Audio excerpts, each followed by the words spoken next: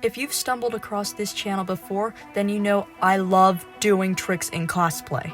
But making these cosplays whilst trying to be accurate to the original design, of which are usually animated, and having the practicalities necessary to keep the costume and myself in one piece, does prove to be a bit of a challenge.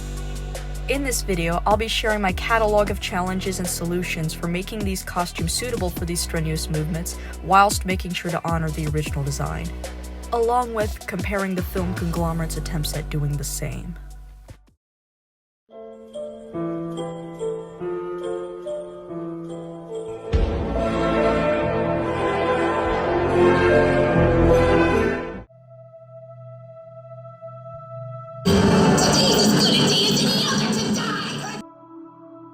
One of the biggest challenges that any cosplayer will come across, whether they're doing acrobatics or not, is how do I keep my wig on?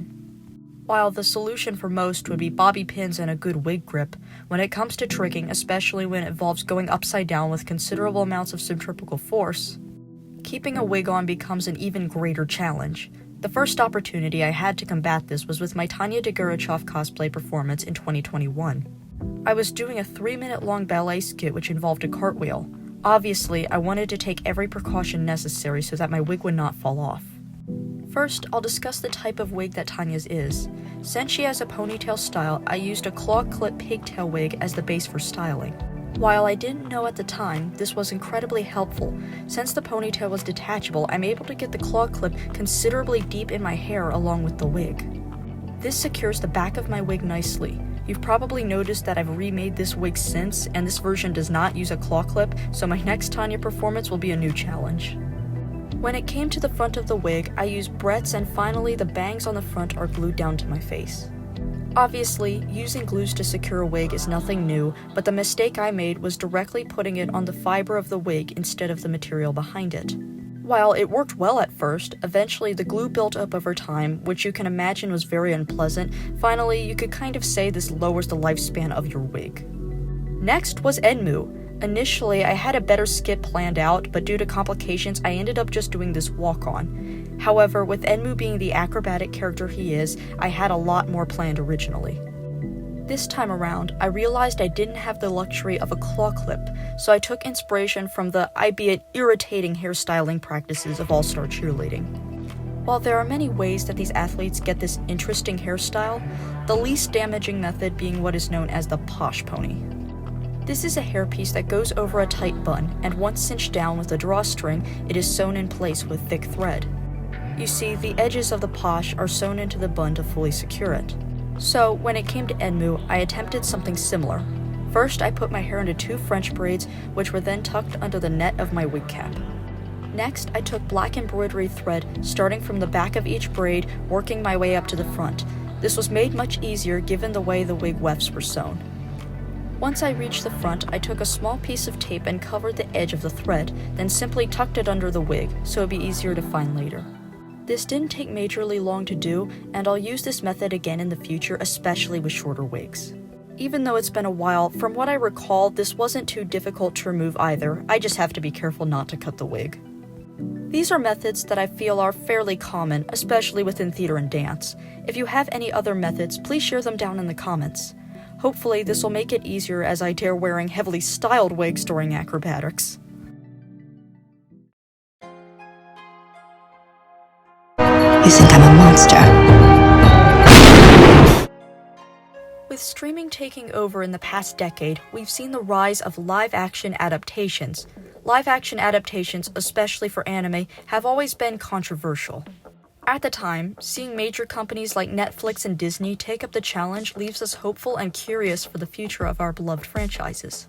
While the prospect of seeing your favorite animated characters in real life is something that excites us all, in recent times, I feel we've been left disappointed.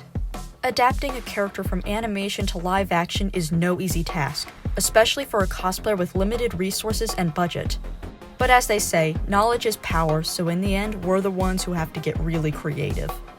With the release of Netflix's live-action Avatar: The Last Airbender, I knew it was finally time I watched the animated predecessor to understand where the fans were coming from. Needless to say, we fell in love with the show, and the second we finished it, we began the live action. While I have a lot to say about the costumes in the live action, like what's with all the polyester, I'm mainly going to stick to that of the Fire Nation and of course Azula. The most defining features of the Fire Nation armor is the wide triangular shoulder plate, this paired with the pauldrons and chest plate. This was heavily minimized on most of the characters in the live action, and on Azula, it was replaced with a small bolero-like garment that barely resembles the original. Azula's live action costume is completely different from her animated counterpart, finished with a helmet, cape, and a sword that feels completely out of place. While in itself, the costume isn't bad, but for Azula in Avatar: The Last Airbender, it feels completely out of place, not to mention so different from the original. So, when creating my cosplay, I wanted to discover the reasoning behind the changes. When I began the armor creation, I immediately ran into the issue of arm mobility. I tried to reference as many historical examples as I could, yet I couldn't find a solution to the problem.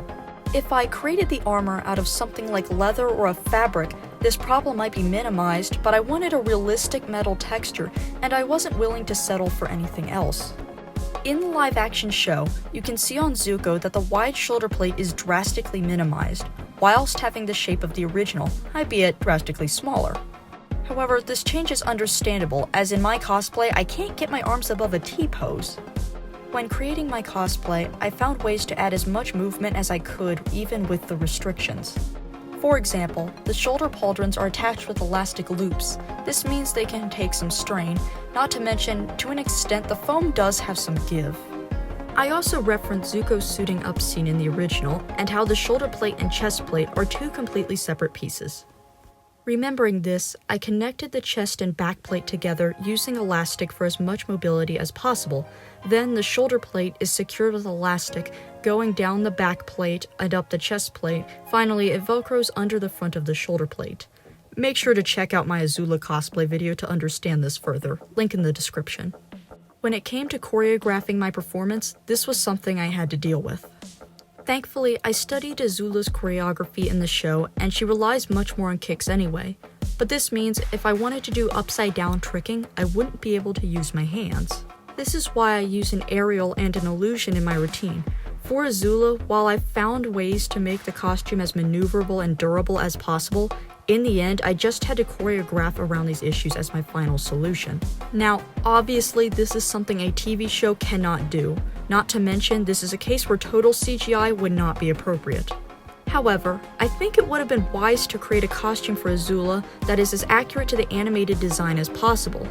I think the best course of action should have been to have two sets of armor, one for stunts and one for casual scenes. For example, if there was a piece of armor that was made out of leather or even metal, then have one made from fabric with the right kind of paints and weathering, then edit out things like folds and wrinkles in post, would have been the most believable option. This, or do kind of like what they did with Zuko's armor in the live action and just make the silhouette considerably smaller so this wouldn't be a problem. In the end, I really don't understand Azula's costume in live action. It doesn't remind me of Avatar, and the elements like the helmet, cape, and especially the sword don't make any sense. I'm assuming that these will be removed in later seasons, but I don't understand why Azula's design was changed entirely. While it's important to utilize detail for a live-action show, especially considering the simplicity of the animation, in the end, the added garments and armor just make the costume even more difficult to fight in, and worst of all, don't resemble the character in the slightest. Speaking of live-action adaptations of beloved animated characters,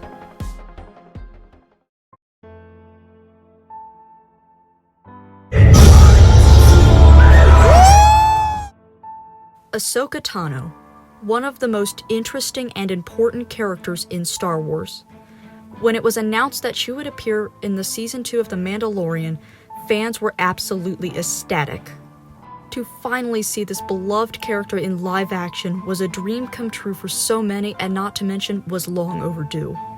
Cosplayers were curious to see her unique clothing style, orange complexion, with white face tattoos, and of course, Montrals and Leku finally being brought to the big screen.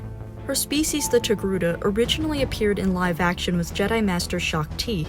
Her design is truly unique and for so long was the only hint of what live action Ahsoka would look like. But knowing Disney, a multi-billion-dollar company, was taking on the challenge, we waited eagerly for the episode The Jedi. And we were all left with one question. Why? Obviously, fans were confused and displeased, including many cosplayers. Heck, even one of my most successful reels on Instagram with over 80,000 views pokes fun at the issue. Quickly, an explanation was given that they needed a smaller headpiece for stunts. And look, if you've seen Rebels, you know what Ahsoka looks like at this point. And I will go ahead and say that obviously there is a danger to wearing a large headpiece like that whilst performing acrobatics. This was something I heavily considered when doing my Season 7, which is a fraction of the size. Although I couldn't help but be intrigued at their methods for making a headpiece wearable for acrobatics. For the show, a skeleton for the headpiece was 3D printed, and there's a notch somewhere where it can be tightened around the head. While this is a great idea, I don't understand why CGI couldn't have been utilized here. Especially considering wearing a large headpiece of any kind is something any performer has to get used to, myself included. Obviously, many of us were left dissatisfied and others shrugged it off. Meanwhile, I had something to prove. When it was time for Phoenix Fan Fusion 2023 with the original voice actors from the Clone Wars in attendance of the convention, I knew it was finally time to put together this performance of which I've been dreaming about since the Season 7 of Clone Wars debuted. I was going to do an acrobatic reenactment of Order 66. And I was going to prove to people and bullishly to a multi-billion-dollar film conglomerate that this could have been done. But first, I had to make a headpiece. If you're interested in an in-depth tutorial, check out my video linked down below. But want me to summarize it? It's essentially a cardboard base covered in tinfoil, paper mache, and then finally drywall joint compound, with the leku being made out of spandex. And I'll go ahead and say that this is not a perfect method, although I was proud to create a convincing product using very much household materials.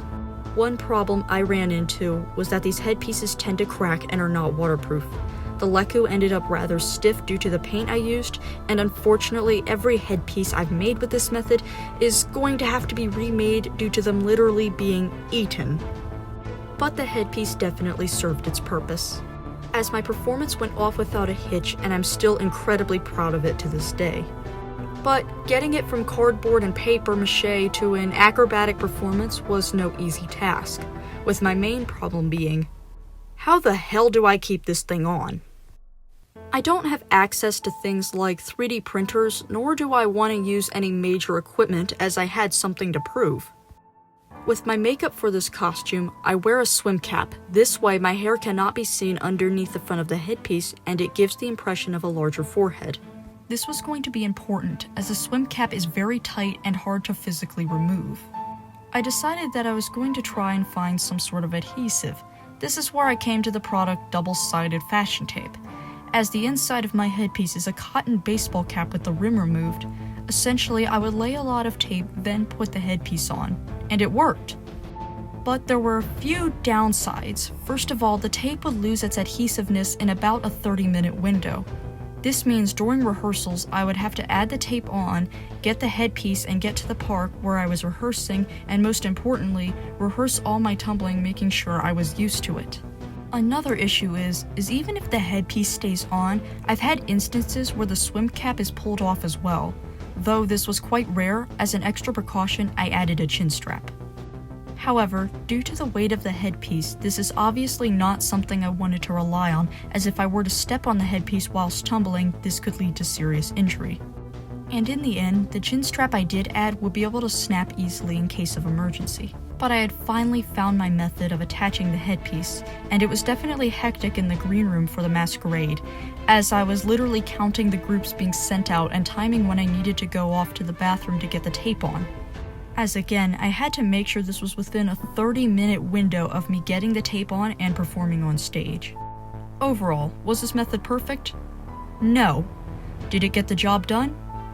Yes. Did it make fun of a multi-billion-dollar film corporation judging on the response from the video? Yes. Yes, it did. Now, I have to remake all of the headpieces in the future, and you bet I'm going to try and make them as trickable as possible, so you'll just have to stay tuned for that. But other than that, this project was a success. Live-action Ahsoka has been an adaptation, whether it's in Mando or recently the Clone Wars versions. It's something that's agitated me for a while. However, what I personally wish they did was create a headpiece for casual scenes, then use CGI during the stunts. Let me tell you, this would make performing so much easier, and you would make a variety of acrobatics be able to be utilized. Another thing this damages is the overall canon image of the species. Togruta, Pow, and you name it have already been featured in live action. With how lore-intricate Star Wars is, it's important to remain true to what has been and to what George Lucas created. The original trilogy is a beautiful example of independent filmmaking, whether it's Luke Skywalker's pants simply being bleached Levi's or the stunning use of practical effects. Star Wars was able to transport people to another galaxy long before CGI and Disney's billions. Even with the introduction of CGI in the prequel trilogy, it only made the galaxy more grand. With all of the technology we have at our disposal today, I don't see why we're making stories feel smaller when really we should be making them feel more monumental, like it was a long time ago in a galaxy far, far away. I want to make something clear. This video is not intended to bully the people who worked on these shows. This video is simply a fan criticism along with adding valuable information to cosplayers and future costumers. I love bringing characters to life to the fullest extent that I can, and I want to continue to improve on my methods in doing so. That's the point of this whole channel. If you want to see more, make sure to like and subscribe, as I hope to turn this into a full-time career. If you have any questions, please leave them down below, along with your experiences with making your costume suitable for your goals.